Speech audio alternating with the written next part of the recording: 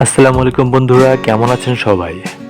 অনেক সময় দেখা যায় আমাদের ল্যাপটপে চার্জার কানেক্টেড থাকা সত্ত্বেও চার্জ হয় না। সেক্ষেত্রে সেই সমস্যার সমাধান আমরা কিভাবে করব?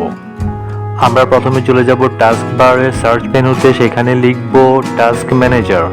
তারপর কিবোর্ড থেকে ডাব্লিউ প্রেস করব। ডাব্লিউ প্রেস করে উইন্ডোজ এক্সপ্লোরারে চলে যাব। তারপর একেবারে নিচে কর্নারে যে রিস্টার্ট লেখা আছে সেখানে ক্লিক করব। এরপর আমরা আমাদের কম্পিউটারটি রিস্টার্ট দিব। আশা করি ল্যাপটপটিতে সফটওয়্যারের প্রবলেমের কারণে যদি চার্জ না হয় সেক্ষেত্রে সমস্যাটি সমাধান হয়ে যাবে। আর যদি তারপরে আপনার ল্যাপটপটি চার্জ না হয় তাহলে আপনারা ব্যাটারিটি চেঞ্জ করে দেখতে পারেন। ব্যাটারি চেঞ্জ করার পরে যদি সমস্যার সমাধান না হয় তাহলে বুঝতে হবে আপনার কম্পিউটারের ইন্টারনাল হার্ডওয়্যারের প্রবলেম। সেক্ষেত্রে আপনাকে অবশ্যই সার্ভিস সেন্টারে যেতে হবে।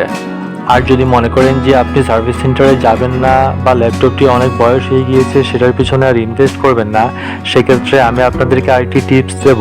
আপনারা ল্যাপটপটির ব্যাটারিটি খুলে সরাসরি চার্জারের লাইন দিয়ে ল্যাপটপটি ব্যবহার করতে পারবেন।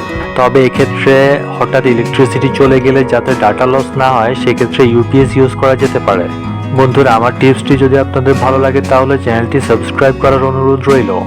সবাই ভালো থাকবেন, সুস্থ থাকবেন। আল্লাহ হাফেজ।